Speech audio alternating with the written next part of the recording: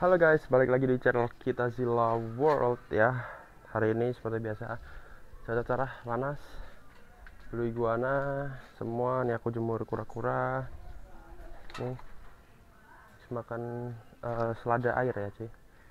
Yang ini aku pisah, kecil sendiri soalnya kalah makan dan nggak tahu kondisinya. Ada pup nih. Tandanya bagus ya dia berarti. Oke, sip. Nah, hari ini guys, aku akan bahas kan ini ngomong-ngomong tentang mogok makan ya.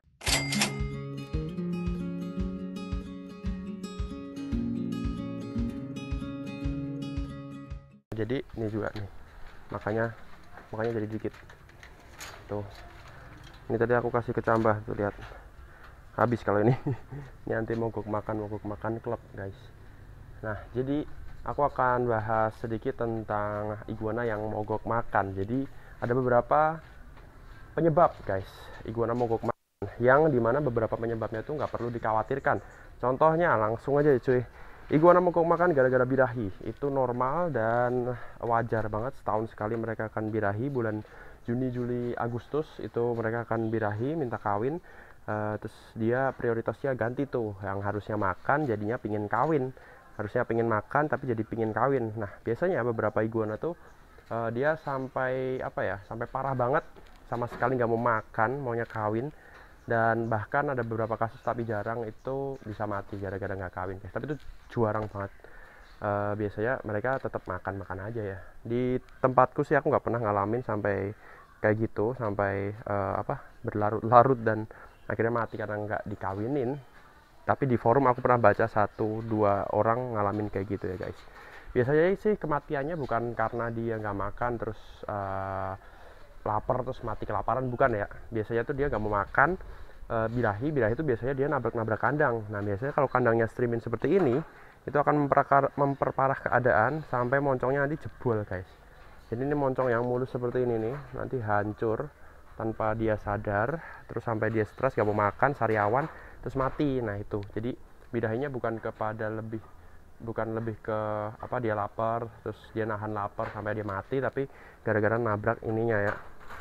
Plus juga dikasih makan nggak mau sih ya, jadi udah nyonyor sariawan nggak mau makan kan, wah wes takaruan kayak guys. Nah kalau yang ini blue iguananya ini sepertinya dia udah mulai masuk masa birahi, yang mana butuh betina. Tuh lihat, agak, kalau kalian lihat teliti itu ada benjolan ya di bawah pangkal ekor, itu hemipenisnya sudah mulai bengkak, yang mana dia udah mau kawin nih, pak minta kawin pak, nggak ada betina blue aku. Dan aku udah pernah ceritakan, blue jantan lebih baik ngawinnya sama yang head atau malah yang normal, bikin head terus nanti headnya dibesarin terus dikawinin lagi ya, mending kayak gitu. Soalnya blue x blue rentan nanti anakannya cacat dan nggak lama lah hidupnya guys. Nggak tahu ya, genetik blue rada unik soalnya cuy.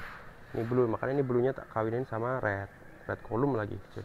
Nggak tahu nanti anakannya nih. Ini semen dia, ini OTW birahi. Ini belum mentok ya birahinya, maksudnya belum ini bulan apa sih, Juni ya, Juli awal nanti itu kalau di Zilaward ya, soalnya beda-beda setiap farm. Kalau di Zilaward Juli awal itu nanti akan pada di fase tertingginya birahi guys, walaupun ini udah mulai tingginya nih ya tuh. Nah terus pertanyaannya kan pasti, emang berarti kalau punya iguana jantan harus dikasih iguana betina? Nggak harus ya. Itu tadi gimana kalian memposisikan jantan iguana kalian yang birahi aja cuy. Jadi kalau aku sih cukup kayak si blue itu aja, terus ya udah digituin aja. Misalnya dia nggak mau makan kan, ini lihat kangkungnya dianggurin tuh, nggak masalah, udah biarin aja, asalkan perawatan primernya harus ditepati ya, dilakukan guys, yaitu dijemur matahari, terus kasih air. Tuh airnya habis kayaknya di kangkung itu, terus disiram setiap hari gitu. Udah, nanti dia akan makan ya 1-2 daun lah ya sehari, nggak masalah. Yang penting dia keisi gitu perutnya cuy, begitu. Itu mogok makan yang karena birahi. Nah ada kedua nih, mogok makan karena stres adaptasi baru datang. Jadi kalau misalnya ini banyak banget yang pembeli dari Zilaward juga bilang, bang ini kok nggak mau makan, bang ini kok mau makan. Itu baru sampai berapa jam setelah di unboxing ya. Jadi bang gue sampai, terima kasih bla bla bla, sudah sama-sama. baru beberapa jam kemudian nggak mau makan. Nah, itu wajar karena mereka masih adaptasi kandang.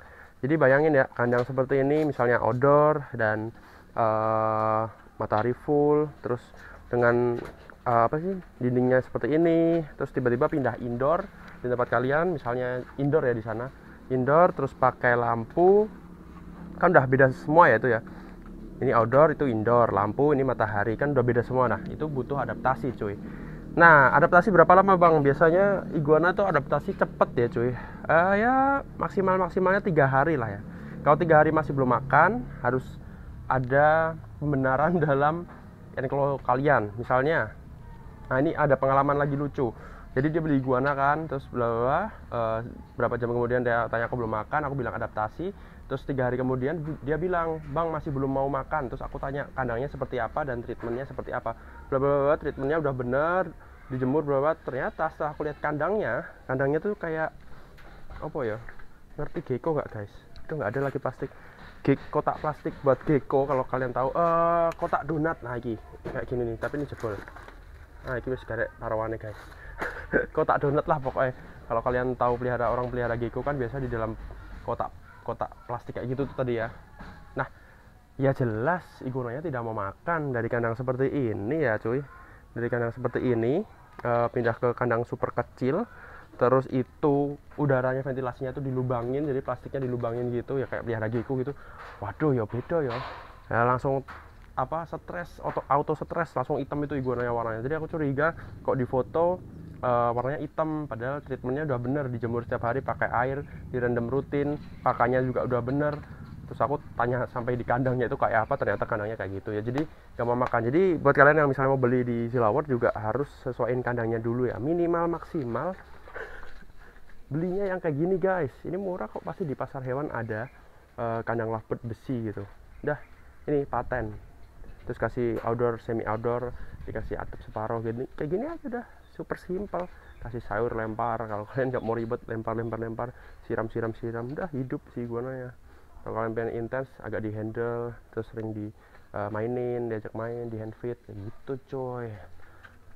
Jadi ya ini perhatian lagi buat kalian yang mau beli iguana, juga harus sedia enclosure dan minimal maksimal tadi tuh kandangnya kayak gitu, udah aman untuk baby up ya. Untuk ukuran segini masuk ke situ udah bisa, jadi udah aman nih. Kalau kalian mau pelihara ini langsung masuk ke situ bisa, lebih luas lagi lebih baik. Kalau bisa sih lebih luas ya. Dan aku selalu pembeli di Zilaward itu, aku selalu saranin dia peliharanya outdoor ya. Walaupun wah nggak ada tempat outdoor bang, gimana nih, ya udah indoor aja nggak apa-apa, pakai lampu. Kandang indoornya aku udah pernah spill ya dulu, kalian lihat aja di video lain. Pokoknya speknya harus ada lampu dan ventilasinya banyak. Dah, 2 syarat itu aja. Dan harus bersih, soalnya kalau indoor tuh biasanya kotorannya kan di bawah dan harus dibersihin ya. Kalau aku order kayak gini nggak pernah tak bersihin guys, jujur. Ini dari awal aku bikin ya, dari ini berdiri, batunya dimasukin, belas nggak pernah bersihin, paling tak semprotok. Dan batu itu selalu bersih guys. Ini bukan aku bersihin, tapi nggak tahu kenapa ya. Tuh, iguananya lumayan banyak kan tuh. Harusnya logikanya tainya tuh harusnya ya minimal ada di batu-batunya tuh, tapi nggak ada kan. Nah, gumun toh, aku ya gumun guys. Saya juga heran. Paling cuma tak semprot aja, bukan niatnya mau bersihin, tapi mau biar seger ya iguananya, tak siram gitu biasanya dia, terus minum gitu cuy. Karena biasanya kan panas banget tuh. Nah kayak gitu. Ini juga, ini udah kosong sih soalnya. Tegu juga, oh semua ini nggak pernah aku bersihin. Paling yang harus dibersihkan itu adalah kangkung. Kalau kangkung dia nggak bisa terurai sendiri cuy, ini jadi terpaksa harus dibersihkan. Nih, ini harus dibersihin dulu kalau mau dibersihin. Ini juga nih, tuh makanan yang nggak nyisain bentuknya tuh biasanya kecambah, kedua pepaya, terus apa lagi ya, pepaya udah dikupas ya, kalau belum dikupas dia nyisain kulitnya nanti. Terus apa lagi ya, udah sih 2 makanan itu yang sawi. Kalau kangkung sih sebenarnya bisa bener-bener habis sama mereka, cuman harus dipotong kecil guys. Jadi batangnya tuh mereka sebenarnya doyan tuh, kecuali akar ya, akarnya dihilangin. Jadi batang itu dipotong kecil halus, bener-bener halus gitu, terus sudah dilempar. Nanti misalnya dia kenyang pun nanti akan dimakan di kemudian hari begitu. Tapi nggak pernah tak potong, jadi Ya kayak gini aja, lempar nanti dikasih air dikit tuh tumbuhkan. Nah kayak gitu cuy. Oke, itu dia yang bikin mogok. Kedua ya, tadi pertama itu dia birahi, kedua adalah adaptasi, ketiga adalah ini guys. Jadi kadang-kadang ada iguana yang misalnya kayak gini ya, aku pernah ngalamin sih kalau ada orang lain kayak ada tamu gitu ya, terus mereka lihat di sini. Nah, entah kenapa iguana di sini yang di atas ini khususnya, yang di belakang juga kadang-kadang sih, itu mereka stres kalau ada orang datang. Jadi langsung kayak gerutak-gerutuk kayak lo guys, apa sih namanya? Nabrak-nabrak itu.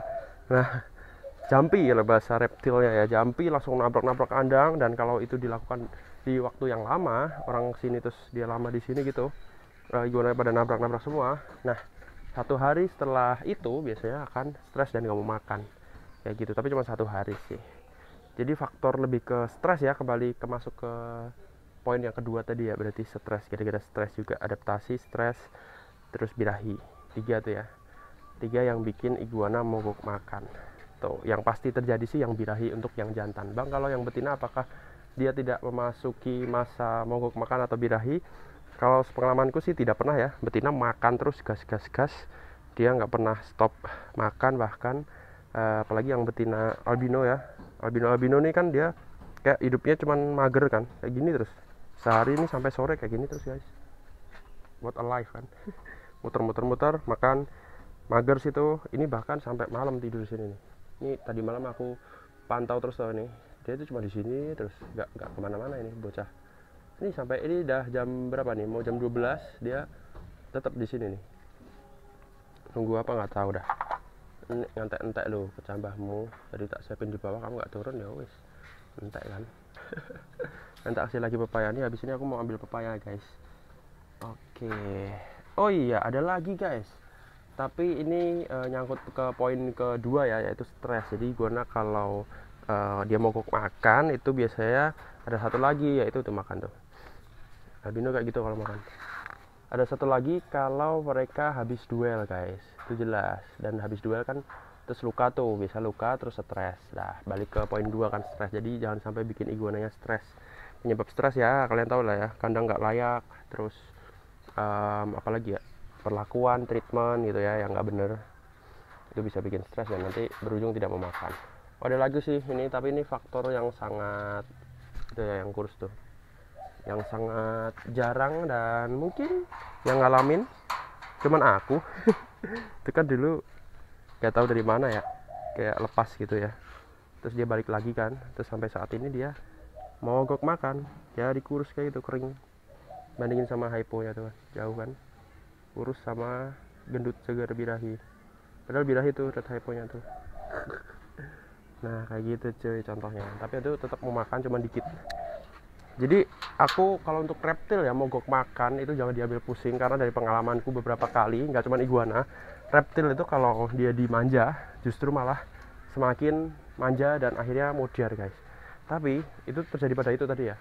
Tapi kalau kalian yaudahlah, yang penting enclose, tempatnya sesuai, treatmentnya sesuai, kayak ditaruh outdoor, kadang yang nggak terlalu sempit, terus biarin kayak gitu aja, terus pakannya juga tetap yang proper, dia tetap sehat. Contohnya itu tadi ya, soalnya aku pernah mendapati yang kayak gitu, kurus, kamu makan, stres, gak tahu kenapa, kayak setelah birahi stres di kejar-kejar jantan lain kan.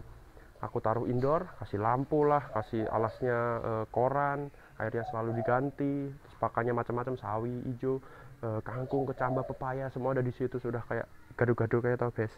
Gak dimakan dan ya sampai seminggu kemudian.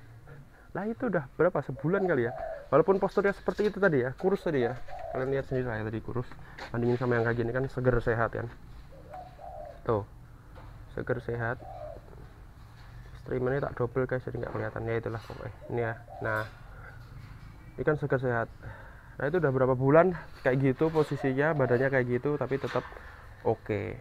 Terus yang si buta tuh juga, si buta dari gua batu yang pemberiannya orang itu, di bahan orang itu juga kalau aku taruh indoor, prediksiku dari pengalamanku dulu itu pasti koit juga gak kuat. Posisi kayak gitu aja dia udah kayak apa ya, harus disuapin guys itu.